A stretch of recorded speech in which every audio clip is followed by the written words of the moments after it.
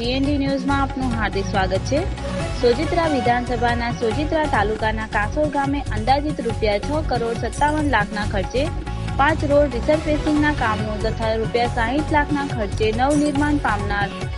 Kasor Piplav road પર box type કલવર્ટના કામનું ખાતમુહૂર્ત સોજિત્રા વિધાનસભાના ધારાસભ્ય શ્રી વિપુલભાઈ પટેલની વિશેષ ઉપસ્થિતિમાં કાસોર ગામે કરવામાં આવ્યું। આ પ્રસંગે ઉપસ્થિત રહેલા મહાનુભાવો તાલુકા સંગઠન પ્રમુખ શ્રી બળદેવભાઈ પરમાર, મહામંત્રી શ્રી રાયસંગભાઈ રાઠોડ, સોજિત્રા શહેર સંગઠન પ્રમુખ શ્રી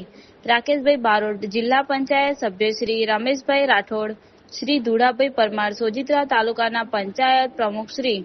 મેહુલભાઈ ગોહેલ, આણંદ જિલ્લા સહકારી સંઘના ચેરમેન શ્રી રજનીકાંતભાઈ પટેલ, પૂર્વ તાલુકા સંગઠન પ્રમુખ શ્રી ભાસ્કરભાઈ ગોહેલ, શ્રી રણછોડભાઈ પરમાર,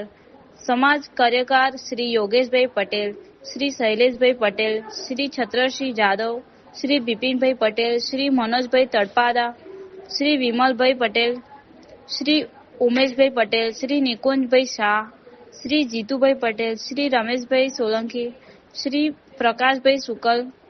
તાલુકા પંચાયત સભ્યોશ્રી, સંગઠનના હોદ્દેદારો, પદાધિકારીઓ, કાર્યકર્તાઓ તેમજ કાસોર ગામના આગેવાનો ઉપસ્થિત રહ્યા હતા।